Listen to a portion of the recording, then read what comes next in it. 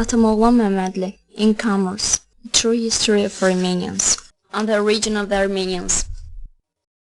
Atamoglan Mammadli in Commerce, True History of Armenians, and the Origin of the Armenians. What the origin of the Armenian people, when, how, from where, and in what ways did they get here? With what tribes were they linked before and after they became Armenians? Who affected their language and ethnic composition, and how? We have no reliable and accurate evidence to confirm these questions. Armenian scientist Mammadli Nabiyev.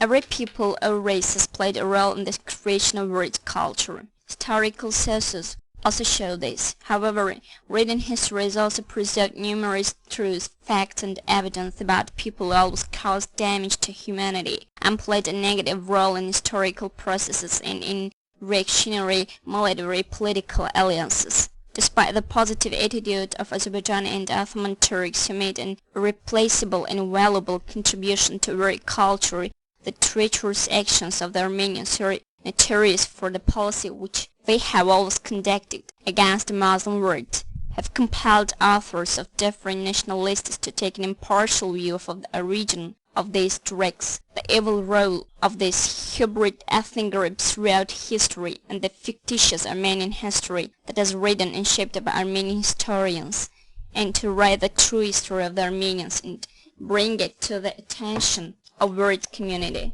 The only truth that is known is that the ancient history of the Armenians is gibberish that has no scientific foundations, is totally based on mythology and legends, and is full of falsifications. This is also proved by numerous facts and historical sources. According to the Armenians, Haik, whom they present as their forefather, was one of the grandchildren of Noah.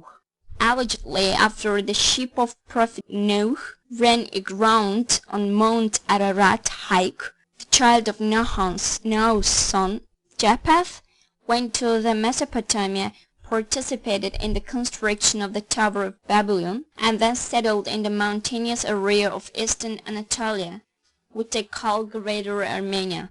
And according to legend, he died at the age of 400. After that, Aram, one of the grandchildren of Haik, had 300 children. Therefore, the Assyrian ruler vanquished him and created a state. However, they fell under the Assyrian yoke again. After the Assyrian yoke, they fell under the rule of Salt. As can be seen, all this as a myth. Historian Karasian, who researched the past of the Armenians, wrote that there is no information about the past of the Armenians which could be regarded as history or annals. Still not clear whether the origin of the Armenians is linked to a specific territory. In fact, it has been impossible to attribute them to any race. Caucasus expert and scientist Jean Chopin rightly wrote that it's difficult to determine why our scientists who specialize in Armenia have allowed themselves in all cases to replace the name of Hykes and their homeland Hyacinths with the name of a completely different people. It's clear that the Armenian Highlanders who came from the north and originated from Japas, and the Hyacinths who came from the south and were of Semitic origin, have no similarities at all. It's interesting that the Armenians have used a deliberate confusion around the words Hay and Armenian with selfishness that is typical of them, and their purpose was to substantiate their future claims with fictitious facts. According to Armenian historian Kapantian, the Armenians' first homeland was Hyasa, and its territory covered the area between the upper channels of the Euphrates, Chorokh, and Aras. From west to east, this country was no more than 150–170 kilometers long. As can be seen, the territories indicated by Kapantian are currently in eastern Turkey and northern Iran. The Armenian historian academician Yeremian, academician Trevor, and a number of other scholars have expressed serious idea that Asia Minor was a territory in which the Armenians took shape ethnically and which was their first historical homeland. Ancient historians such as Herodotus, Eudoxus, and others said that the origin of Proto-Armenians was linked to Thracian Phrygian tribes. The prominent historian and expert in Oriental studies, Diakonos, said in this regard that as long as the ancient Armenian language is not a kindred language of the languages of the autochthonous peoples of the Armenian plateau, it's clear that they are in commerce. The Proto-Armenians came to this region, the Armenian plateau. In fact, it's a term invented by Armenian authors. Between the 7th and 6th centuries BC, the ancient Armenian people first formed in the valley of the upper Euphrates. He also writes that the first bearers of the antecedents of the Armenian language arrived in the Armenian plateau as nomadic cattle breeders who did not recognize class society and engaged in agriculture. They familiarized themselves with the nature of the plateau and the social station of an early class society of the local population which had not adopted the Armenian language yet. Thus, this scientist also confirmed that the forefathers of the Armenians were in commerce in Asia Minor.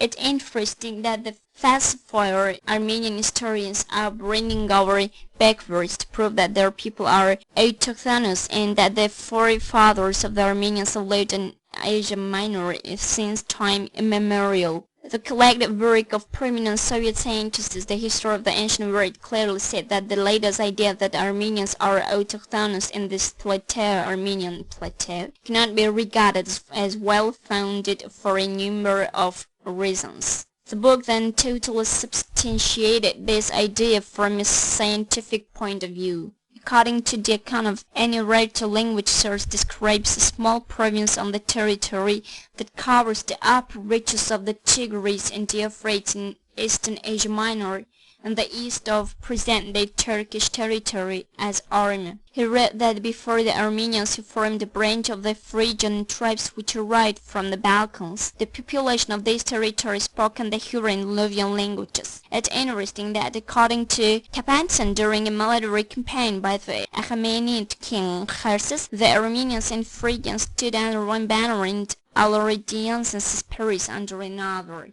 It's also true that the newly arrived savage tribes, including the Armenians, appropriated various elements of the higher culture of the local aboriginal people. This idea was also confirmed by the Armenian author and scientist Nalbandian, who wrote that the Armenian people had formed on the territories along the upper reaches of the Tigris and the Euphrates. The aboriginal residents of these territories, Hittites, Huris, and Deratans, were highly developed people. And the other Armenian author, Kapanson, involved in this idea and drew the conclusion that, according to participants in the military campaign of Alexander the Great, 323 BC, Armenia, which derived its name from Argonaut Armen, was situated only along the upper reaches of the Euphrates and the place where Armenians' companions had first settled. Although the province of Asiliciana was dependent on Armenia, it's called Smaller Armenia in this time of Alexander, which proved that the first hamlet of the Armenians was Small Armenia.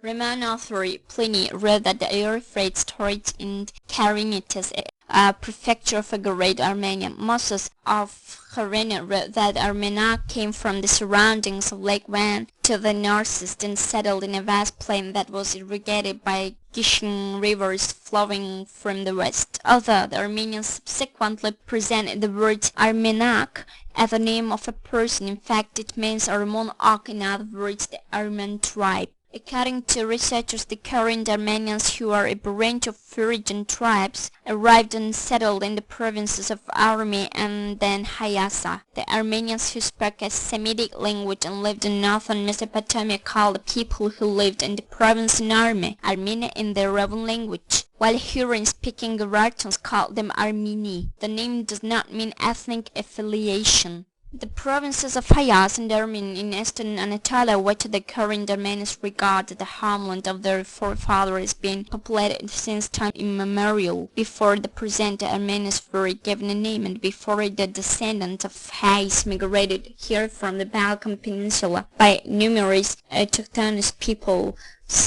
generations of Hittite, Hurrian, Urartu peoples, as well as Turkic-speaking Sumerians. Mammadli, Hyacinths, Sakas and other tribes who migrated from southeastern Europe and settled here in the middle of the first millennium. Later, other peoples named on the major tribes living in eastern Anatolia as Armenians. The main reason why the Armenians refused to accept this name as their ethnic name and persistently used the ethnic name Hay is that the Hay people have no indigenous ancient links with this territory. This tribe once moved from the Balkan Peninsula and settled in these lands and want to present themselves as a community superior to other nations. For this reason, these people live in the Republic of Armenia, historic Western Azerbaijan, and persistently regard the word Armenian and Armenian as wrong and do not accept them as their name. The Hay people have never formed a majority in the eastern Anatolia region.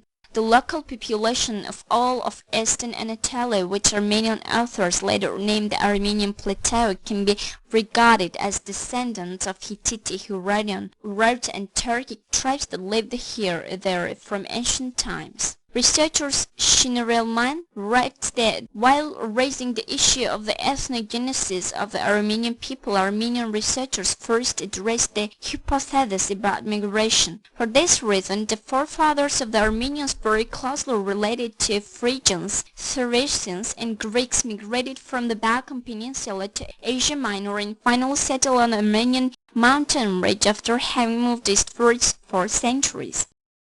Academician Mammadli was also a staunch supporter for this concept, and this idea was even reflected in the first Soviet school textbook on the history of Armenia, which was published in 1944. Shinarelman then wrote on the basis of Piotrowski's ideas. Nazi propaganda proved that the Armenians are people who do not belong to the Caucasus because they are Indo-Europeans. The concept about Armenians' relationship to Indo-Europeans and the concept about migration were not held in esteem either.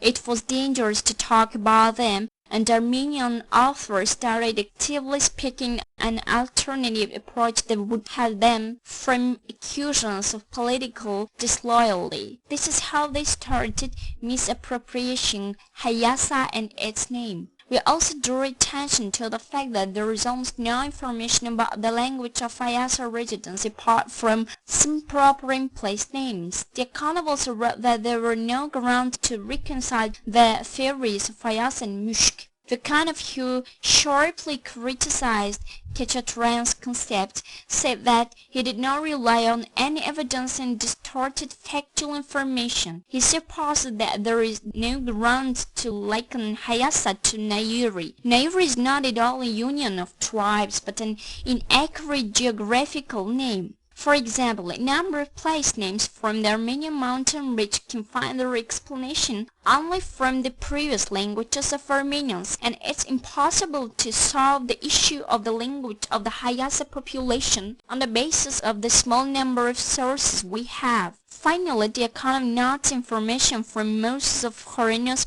biblical sources on which modern researchers of ancient history cannot rely. The economy described Khachaturian's concept as the apocrypha of the 20th century and noted its high emotional overtones. The word Armeni is used in geographical literature of the Armenian Plateau in eastern Anatolia. However, the name Armenia became Armenia after it was adopted by ancient Greeks. This term, which spread to other European languages, afterwards turned into an ethnic name for people called Hais in those languages. Russian historian Dekhanov wrote that the Hais have never called themselves Armenians. While talking about the region of Armenians, Hais, French author Chopin, who carried out research in Russia for many years, drew the conclusion that the Armenians, Persuks, Haikans, and Jews created a mixed people who lost not just their typical independence, but also their own real name. Armenian scientist Manuka Bigan developed this idea even more and drew the following conclusion about the vague past of the Armenians. What is the origin of the Armenian people? When, how, from where, and in which ways did they arrive here? With what tribes they were linked before and after they became Armenians? Who affected their language and ethnic composition, and how? We have no reliable and accurate evidence to confirm these questions. The origin of the Armenians is extremely unclear and has not been researched well. Prominent Russian researcher Valikho drew the conclusion that a great mass of Jews mixed with them first under the Babylonian yoke and then after the destruction of Jerusalem. It's no accident that a group of Jews were Armenianized and given the name Zok. From an anthropological point of view, most of the Armenians are brachycephalic, short and flat-headed. In connection with this idea, Armenian historian Carpathian said that the Armenoid type had the following distinguishing features: a flat, short, or steep head, a back that's flat and steeply looks down, a long and slightly wide face. The nose is unusually big, often looks crooked like an eagle's beak, and bulges out of the face, and structure of the body is symmetric and of medium height. From this point of view, research by Cantry, Eckert, and others show that they were closer to mountain Jews and Chaldean Assyrians. British scientist Berthen believes that the Armenians were of the same type as the Jews of the pre-Palestinian period. Caucasian anthropologist Panchikov drew even more interesting conclusion. While talking to Armenians from Turkey and Tiflis, the scientists took the opportunity and researched many of them from an anthropological point of view. It became clear that most of the invited guests were purely curious by their physical appearance. Well-known Georgian scientist Chevakshvili said in his book, The History of the Georgian People, that the science of anthropology divides people into three categories by the form of their heads. Most of the skulls found in ancient Caucasus tribes are dolichochrenals, long heads. The present-day Armenians and Georgians have brachochrenal skulls. Apparently this was noted by Professor Vikrov, who wrote that the Armenians and Georgians bear no relation to the ancient people of the Caucasus. In fact, when the forefathers of the current Armenians and Georgians arrived in the Caucasus, this area was populated by the descendants of another people. Moses of Corona wrote that ancient Armenia had a high capability to assimilate the tribes that had arrived there. This is also proved by persons who hailed from numerous tribes that arrived in this country at various times. Among them were many great statesmen and kings, not to mention Armenian illuminators and Saint Gregory, the son of Anak from Persia. As can be seen, the founder of the Armenian faith was a descendant of Parthia, a person of Turkic origin. According to Carpathian, the Armenianization of Urartu's western regions began in the 6th century BC. Under Achaemenid King Cruz, the Armenians ousted the population of Urartu to mountainous areas and started invading the plains. According to Urartu inscriptions, following the retreat of 10,000 Greeks 400 BC, the province of Sofin was also populated by Armenians. This idea is expressed by Carpathian. He adds that Hyacinths Armenians Armenianized all the tribes along the Euphrates, including the Urartu tribes and peoples, with their native language. Takhanov noted that the ideas of Armenian scholars are trying to Armenianize Urartu have no scientific significance because they base their ideas mainly on medieval Armenian historian Moses of Corona, who did not know anything about Urartu. The main reason for the fast process of Armenianization among various tribes and peoples was that the girls and women of these ethnic groups actively participated in the process. Armenian tribal leaders also had the preposterous idea that land where Armenian girls have set foot belongs to us. Carpathian drew the conclusion that many peoples and tribes living in the western provinces along the Euphrates were always assimilated by Hyacinths Armenians. In this case, we're talking about Armenians appropriating a number of cultural achievements of local peoples who were culturally superior to them. According to some Armenian authors, the process of Armenianization was peaceful because Armenians had names with Chaldean, Hurrian, endings Arachi, Chaldita, Aramais, Aramaniac. However, Ichnofen speaks about hostility between Armenian incomers and direct Chaldeans over the use of lands. Armenian academician Mammadli Atamoglan, who cited a number of quotes from Kuropedia, said that the result of the peaceful coexistence between the Armenians and Chaldeans was that the Chaldeans and other local tribes were gradually assimilated by the Armenian incomers, and the present-day Armenian people emerged in the following centuries. The 19th century author Lenormand cited well-substantiated facts and agreed with Henry Rawlinson that the Urartu language had no relationship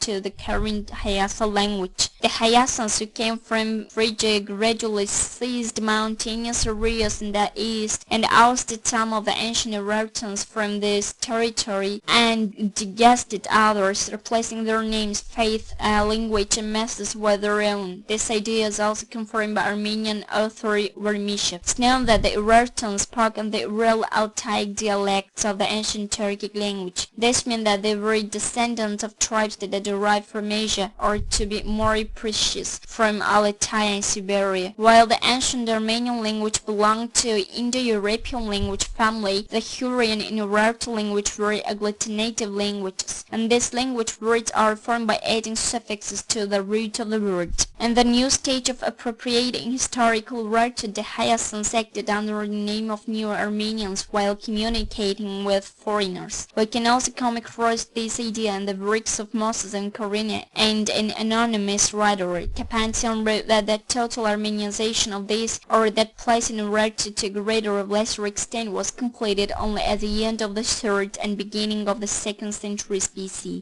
Greek scientist Strabo noted that at this time all Armenians understood each other. In other words, all the local population lost its language, adopted the language of incomers, and maintained the legacy of their precious local language and dialectic elements. Expressing his attitude of this Kapantian that the Urartu provinces to the east of Lake Van had become Armenianized. Kapantian noted that even though they had fallen under the political influences of Sakas, Sumerians, Medes, Persians, Greeks in the time of Alexander the Great, and the Seleucids, as they moved from Hyacinth from the historical small Armenian provinces until the middle of the 3rd century BC. This did not prevent them from appropriating the new lands of former Urartu and Armenianizing local tribes and peoples. We must note that the amazing ability of the Armenians to assimilate other peoples. And other researchers developed Kapantian's idea and said that in a process completed by the Armenians people from Hyacinth to Greater Armenia, territory of Urartu, more than 40 big tribes and peoples were assimilated. The Armenians have also made attempts to misappropriate other cultures and customs by force. However, Kapantian exaggerates the Armenians' ability to assimilate others because at that time the Armenians were a minority in the aforesaid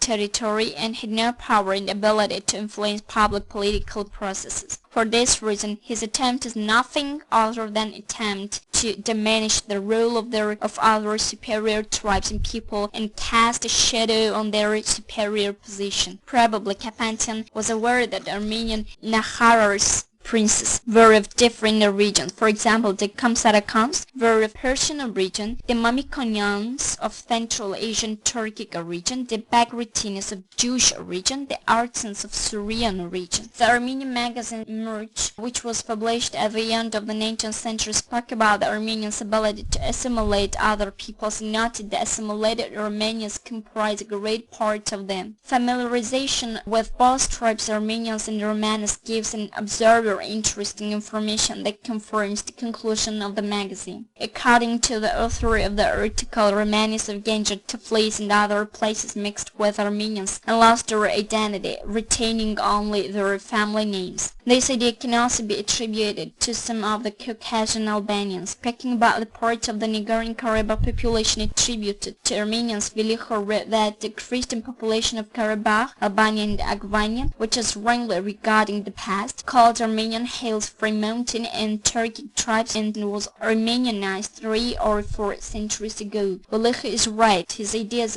are also supported and confirmed by Russian and Soviet scientists Novoseltsev and Pashuta and Cherepinin. According to them, some of the Albanians maintained their Christianity and gradually adopted the Armenian language and became Armenian. This idea is also confirmed by the reality that the Armenians who migrated to Yerevan and the Armenianized Albanians of Karabakh had different languages, characters, and even different cuisine.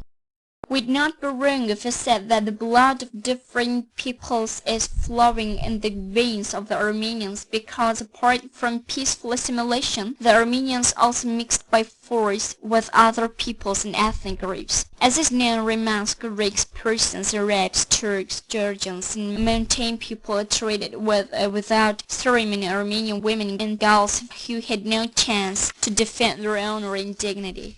On the other hand, a number of prominent people have also drawn interesting scientific conclusions, saying that historically Armenians have had bad moral norms. The well-known scientist, the ancient word Strabo, spoke about the tradition of giving Armenian slaves and concubines to the Anahit temple. He added that this is no surprise at all. Strabo described the tradition of the richest people to give their daughters to temples to practice the holy profession of prostitution before getting married. This idea is also confirmed by Armenian scientist Pirkhanyan, who wrote that at the same time prostitution in temples that was a ceremony in which all strata of society from noblemen to slaves participated. Another Armenian scientist, Kapantin, noted another particularly of ancient Armenian kings along the prostitution. He noted that an Armenian king had married his own sister. Armenian scientist Hyacinths said that this tradition was quite common among Armenian kings at the beginning of our era. German scientist Goethe also confirms that this tradition was really common in the half-savage country of Asia. Armenians call this fictitious territory their cradle. The German scientist, the world renowned Friedrich Engels, wrote that the Anahit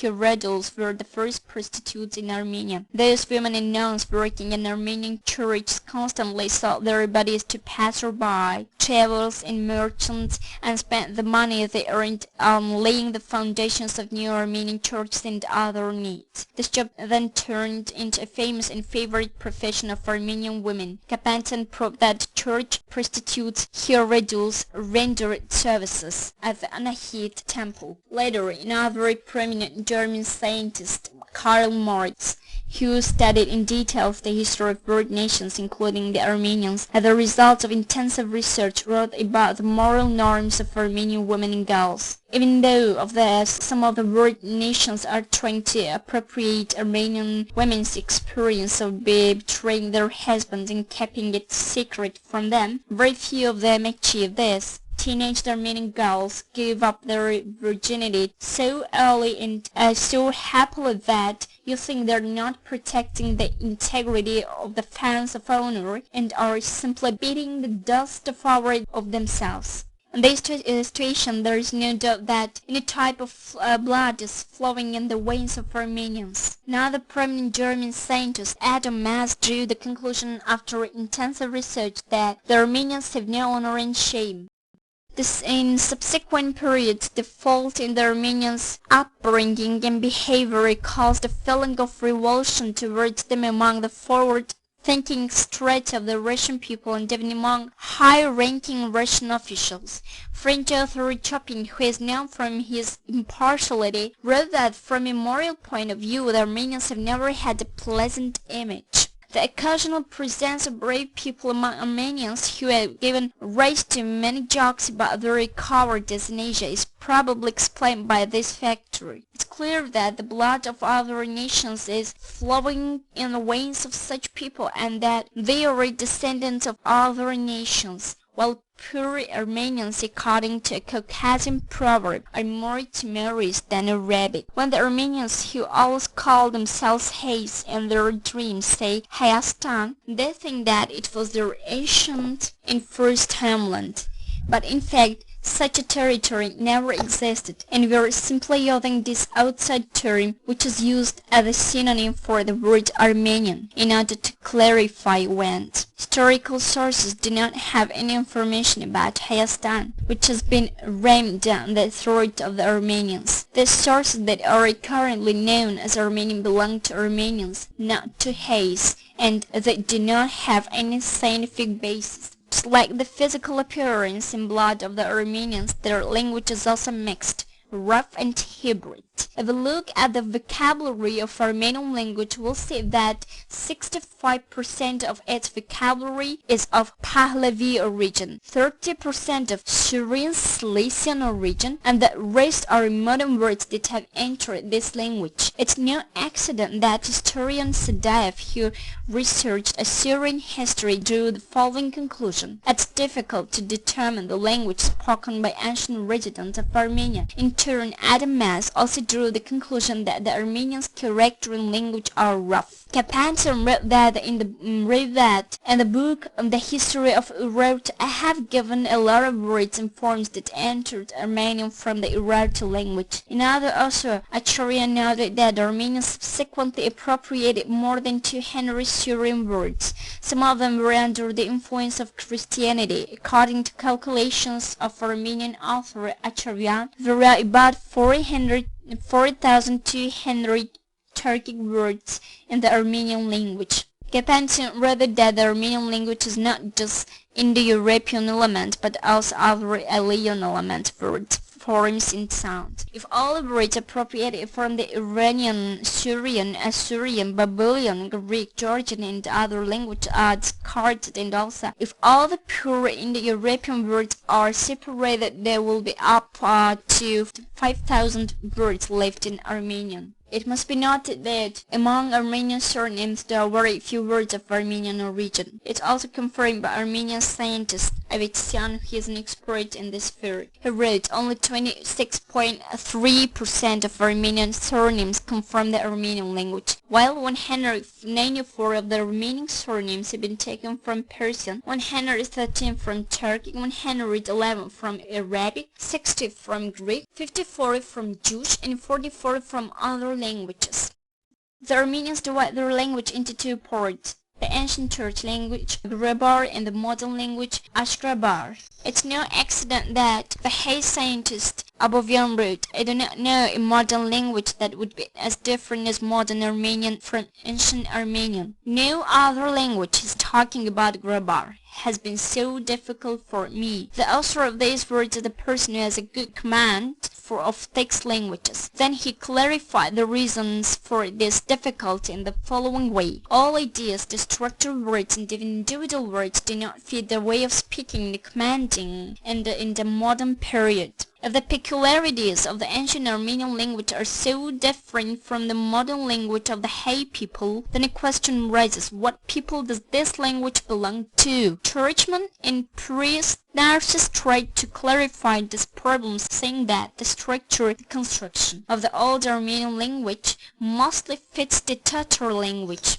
The old Armenian language has grammar cases, while the modern Armenian language uses prepositions between words. Academician Marin, who learned the Armenian language in details, has expressed especially interesting views in this regard. He noted that, just like the Armenian people, the Armenian language is also a hybrid, mixed language. Another Armenian scientist, academician Nabiyev, repeats and confirms this idea. He said that Armenian is a hybrid language. On the other hand, Armenian tribes also hybrid and assimilated Urartu and other neighbors. It's interesting that, since the Hays themselves are of Semitic origin, it's wrong to attribute the Hay language to the group of Iranian languages. Academician Abigan also confirms this idea. Those who created an entity called Greater Armenia in the 2nd century BC were not rulers who called themselves ethnic Hays and were military chieftains of Turkic origin. Ancient Armenian sources do not mention a country called Armeni. The sources call the Armenian country Haik everywhere. The word Haik is translated into Russian and European languages as Armenia, but thence the name of the province of Armenia and the name Armenian, which emerged later, are attributed to ways the word Armenia became a synonym for the name Haik. The Hays have never formed an ethnic majority in Armenia, the territory of present-day Armenia along the Turkish border,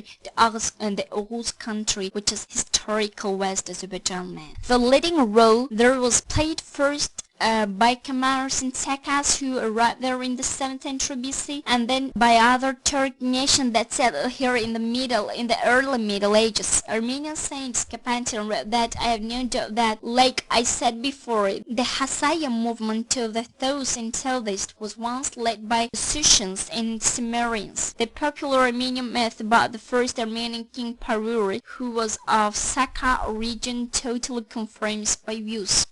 Clarifying the aforesaid, once again, the Armenian scientist and master of law Agassi Yisayan wrote that in order to clarify the issue we have to say that the word Armenian meant only Turkish Armenia in international politics until 1917. It must be noted that the Hayes, those whom we regard as ethnic Armenians, did not have the word Armenia in their language. As is known, this name came from outside under the name Armenia province. According to Herodotus, the term Armen was brought from outside, from Balkans, by Thracian Phrygian tribes. Along with that, there are up to 450 Indo-European words and roots in the Armenian language. In fact, the Armenian name Hayastan was created in the 1920s and was used not as an ethnic term but as a political term. Criticizing another Armenian scientist, Khachaturian Kapantian wrote in this book The History of Armenia in the Time of Uniforms. Khachaturian speaks about relations between the country Hayasa and Armenians. However, this comparison of Hayasa with Armenian Hayastan, Hayas plus Tum, is home of Hayasa inhabitants, with a clear recommendation in fictitious etymology that run counter to Armenian grammar norms. According to one theory on the emergence of the Hayes, they are presented as stonemasons and builders. Indeed, the origin of the Hayes is closely related to slave labor and heavy construction work. During the long-lasting bloody feuds between Urartu and Turi, a great number of slaves were captured by both sides. It's interesting that the current history of Armenia, historical West Azerbaijan, is not part of Urartu. The fact that the inscription of King Ergishti describes the territory of current Armenia as a hostile country confirms this idea. The policy of capturing slaves was continued after King Ergishti. The slaves were used both at time and in heavy construction work. The slaves that were captured in Assyria were not just Assyrians but also prisoners of war from other ethnic groups. Hayes also carried out hard work in Assyria. When the Assyrians themselves defeated Urartu, they brought their own slaves to this territory and made them work in stone quarries in order to acquire heavy building materials. As a result, Assyrian slaves settled in mountainous areas and their population grew. Assyrians took the population of Urartu itself to the other part of the empire. Both Urartu and Assyria helped settle Hayes in the mountains. The account wrote that Urartu greatly helped spread to print Armenian language by moving the population out of the places they had occupied. After the fall of Assyria, Urartu inhabitants lived in big castles and captured working prisoners, the Hayes. The account said that the Paruri who participated in the fall of Assyria was mentioned by Moses of Kyrene was a military chieftain of Justian region Patia. We cannot agree with the opinion of Armenian author that the Assyrians had originated from slaves. The thing is that a great number of prisoners of war had been brought from various countries of the east and settled here. The word Assyr means a slave in the Akkad language, and this word is used in the same meaning in the Semitic languages. In fact, the Hayes and Armenians were not just different ethnic groups, they were also enemies.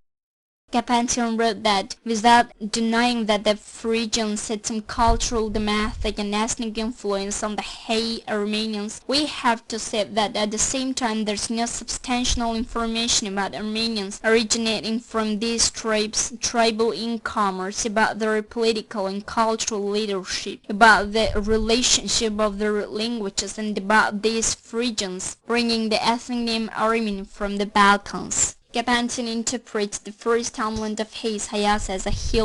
Sometimes this word is linked to the Hayes eponym hike. In fact, the Assyrian Urartu, the dispute over a territory populated by Assyrians, prominent historian Hugo Wickler noted the root of this disputes between these two canonries, and wrote that this was the province in the upper reaches of the Tigris and the Euphrates, which we mention again, which was populated by Assyrian colonists under Salmanasar. The Soviet scientist Sadaev, who was originally an Assyrian, the direct descendant of Assyrians, wrote, they took tens of thousands of prisoners to Assyria and called this country Nairi. Relations between Assyria and Hesse were also reflected in the legend of Moses of Karena on the emergence of Hesse. Here Aram and Hague are different from each other. It's confirmed that the Hesse had come from those, the Tigris and Euphrates. Armenian scientists began wrote that the Hague's family spread to the northwest from Khark under the leadership of his son Armenon and settled in Ararat. There were ancient inhabitants here. Then the Hagues moved to Shirak, Yakhakwini and Siuni. The term Siuni was taken from Chinese sources and means a Han. Previously, a Han tribe settled in the territory of Tengizur and mixed with local Turkic tribes, and this country was called Siuni or Siunik. We can draw the conclusion here that the Harika, the ancient hamlet of Hesse,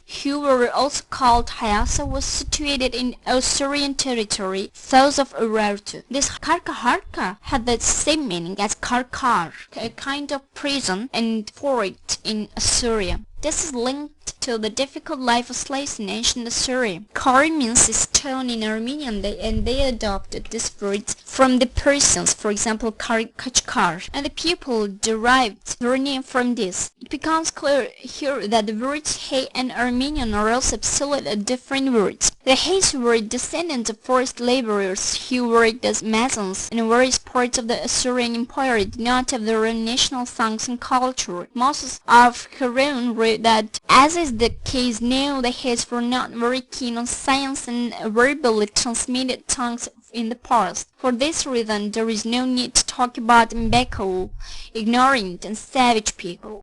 This fact, which was mentioned in the book of Moses of Karena, was confirmed by observations made by French scientist Chopin in the 1840s. He wrote that even if the Hays had their own national dances in the past, they have now totally forgotten their national music. They have appropriated these popular dances from Tatars, Azerbaijanis, and the Lazgika tune, which is also used by Georgians for mountain people. In the 7th century BC, ancient Turkic Kamars moved from the steppe north of the Black Sea and arrived in the Kura-Aras plain and current Armenian territory. It's no accident that the Armenian sources also admit that things belonging to Susians Sakak have been found in 29 places, 11 of them are population centuries. In modern Armenia, it's also true that the whole of Armenian territory belonged to the Sakak kingdom. Armenian author Yeremian wrote that after the Sakas seized the Kura-Aras plain and ousted the Chimerians from there, they moved to the Ararat Valley and the Lake Urmian Basin. According to Carpentian, the movement in southeastern Hyasa was led by the Sakas. Developing this idea, the prominent Georgian scientist Melik Shivli confirmed that the current territory of Armenia is an ancient Turkic land and wrote that discovery of Sutian artifacts in the regions of Yerevan and Sevan in the 19th and early 20th centuries. Russian and Armenian sources used the Turkic name for this lake Gocha, showed that this area was populated by Sumerians and Sakas. It must be noted that the Sakas expedited the fall of the state of Urartu. Taking advantage of this, the state of Madai in the territory of southern Azerbaijan occupied the state of Urartu in Asia Minor in 590 BC. The provinces of Armenia and Hyasa were incorporated into this territory as well. It's no accident that Xenophon 5th century BC used the phrase the state of Armenia, which was dependent on Madai. Also, Strabo said in his book that the Medes were founders of Armenian traditions and that the province of Armenia belonged to Madai. While talking about Armenians, Tacitus noted that these people have been two-faced in character since time immemorial, and in geographic position Armenia stretches over a huge area along our provinces towards Media. From this point of view, the Armenians, who were among the great states, were often hostile to the Romans, hated the Greeks and envied the Parthians. With Madai's theory of the territory of the state of Urartu, the name Urartu of Guyana were replaced with Armenia. It's not known what the Madais called the state of Urartu. On the Behustum inscriptions held by Achaemenid and King Darius first in 520 BC, Armenians used the synonym for Urartu. The name of the province of Armenia in the language of Hurrians, who founded the state of Urartu, is not the ethnic name for those who called themselves Hyacinths at the time of our name for the territory where they lived. The word Armeni consists of Arme, the name of the province of Arme, and Ine, a suffix which means affiliation. As is known, the Sakha kingdom covered the territory of present-day northern Azerbaijan and Armenia, West Azerbaijan. This meant that the first state in the territory of present-day Armenia was Turkic Sakha kingdom. The Bible calls this kingdom Ashkenaz. The report of the 5th century Armenian historian Koryun that the Hys originated from the Ashkenaz is related to this. This idea is also confirmed by Kapatian. On the other hand, it must be noted that the term Arsag, which Armenian sources use to refer to Nagorno-Karabakh, is an ancient Turkic word. Thus, Arsag literally means a place populated by Sakha people. Russian author Khazanov also confirmed that Arsag, which one of the provinces of Karabakh, had taken its name from the Sakha word for brave and man. It must be remembered that later in the 1720s, the Arsag people, Christians, appealed the Russian Tsar Peter I and called themselves Albanians. According to Valiho, the Armenians are not aboriginal people in Transcaucasia, which is why the banks of the Kura River and Arsag cannot be regarded as Armenian land or an Armenian province. He said that the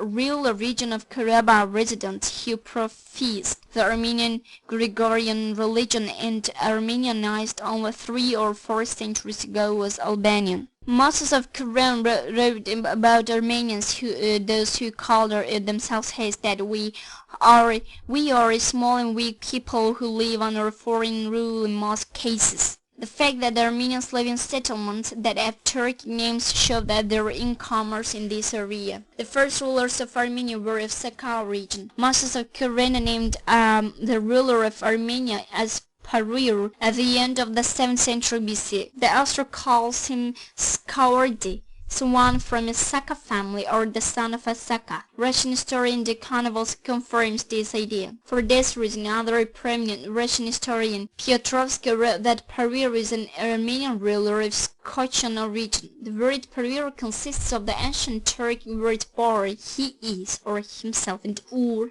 heir, or offspring. Now the Armenian scientist Kapantin also calls Parir Skaordi, the son of a Sakha, and then adds the Armenian historian Koryun regarded him as coming from the Ashkenaz family. Kapantin wrote that according to the Bible, the names of Gomer's sons were Ashkenaz, Rifas, and Togarma. Here Gomer represents the Cimmerians, Ashkenaz, the Hyacinths, Repasses, Pasloganians, and Togarma Armenians. It must be noted that Gomer is a distortion of the name of the Turk tribe Gomer, who defeated the troops of Urartu King Russia first in the 8th century BC. The word Togarma should be read as Turgam, or to be more precious, Turgam. Thus, the word Tur is a name given to ancient Turks, and Gam is a name given to tribal leaders, elders, and priests of ancient Turks. As can be seen in the ancient history of the community, our ethnic group called Armenians do not actually have a firm basis. The Armenians managed to create their fictitious history with numerous books that have been written over the last few centuries and do not contain scientifically proven information, sometimes distorted historical facts. This history was created by appropriating some elements of the other people's culture, in many cases by denying other cultures. With the insistence in financial support of Armenian leaders, French archaeologist Jacques de Morgan wrote a book entitled History of the Armenian People in 1919. He was involved in this work by a French institute researcher and expert in Byzantine studies, Gustavus Schlumberg, at the request of a Dutchman named Ashok Chobanian, who grew up on Turkish Turkish bread and butter, but then betrayed the Ottoman state, fled to Europe and set up an anti-Turkish organization. It's very interesting why Schlumberger asked Morgan to do this job,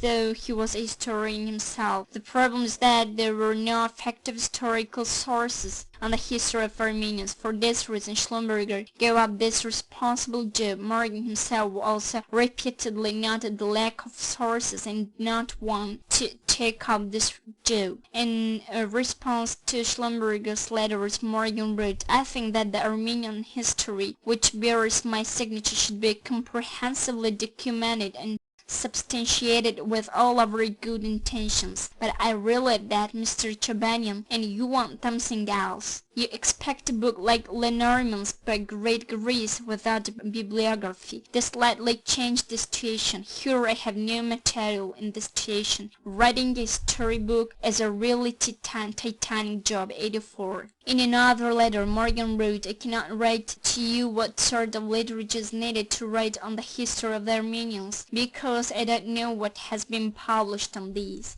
In my library in Paris, there are books that contain history until Moses of Kyrenos, Danube, and others.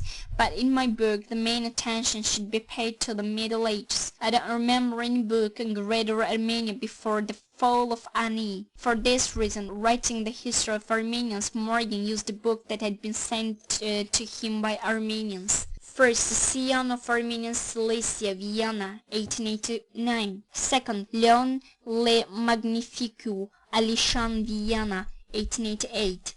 Third, The Universal History, Etienne de Daron, translated by Dulaurier, Paris, 1883. Fourth, Pseudos Sebeos, Mackler's translation. Fifth, The Armenian Church, Malachi, Armenian, Paris, 1910. Sixth, The History of Heraclius by Bishop Sebeos, Mackler, Paris, 1904. For comparison, there are such small tribes in Africa that handwrites of historical sources were used to write their history.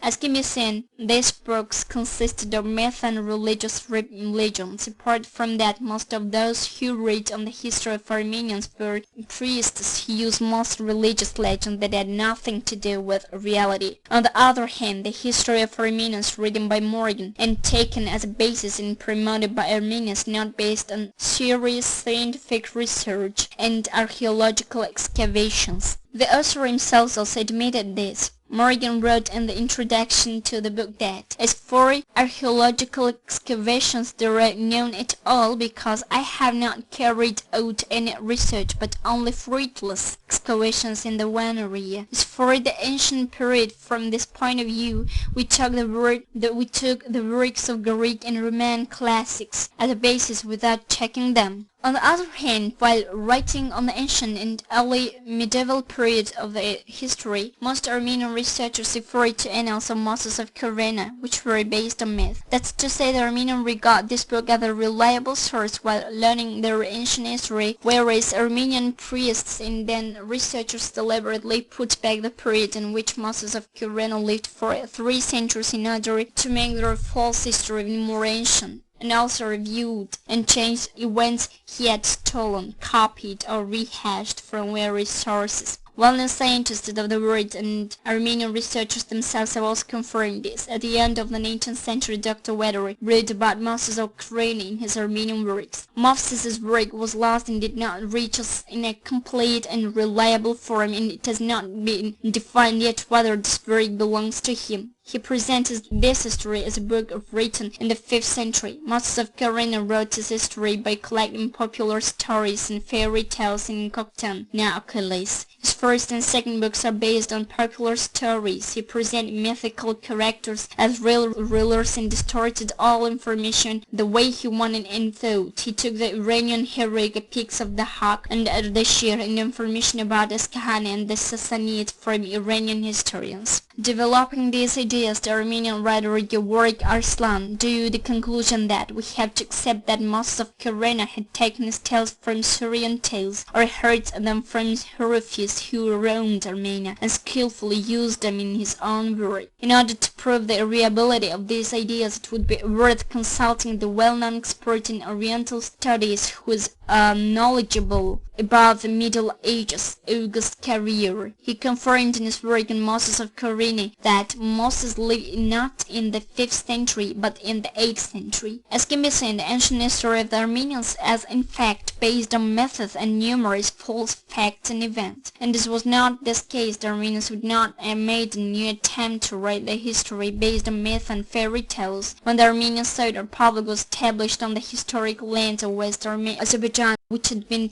handed over to the Romans by government of Azerbaijan People's Republic and the Russian Soviet government. The Armenian Soviet Encyclopedia said that beginning from 1920, specialists were sent to the Armenian SSR, the Georgian SSR, the Azerbaijani SSR, and other Armenian populated areas of the USSR. Various myths, fairy tales, and oral novels were collected from Armenians living in various regions and districts of historical Armenia and were published as a book. Lalayan, Abegyan, Malik Ahanyan, and others published a 3-volume book entitled Sasnadev from 1936 to 1979. Books of 8 and more volumes were published on Armenian historiography. Researcher Vetrovts, who wrote an introduction to French archaeologist Morgan's book, The History of the Armenian People, which was reprinted in 1981, pointed out that, according to the author and his inspirer, the book The History of the Armenian People may help achieve the following goals: to educate and draw the attention of the French and world community, to revive the national self-consciousness of the Armenian people, to explain, clarify, and justice to the motives of the demands for the establishment of an independent Armenian state, and finally, to first negotiating statement to secure the fulfillment of these demands while signing agreements. The Armenians' purpose is creating their false history is to justify the existing of the Republic of Armenia, which was established with the direct support and protection of terrorist Russia and then the Soviet government, and to substantiate their future aggressive plans from an ideological point of view.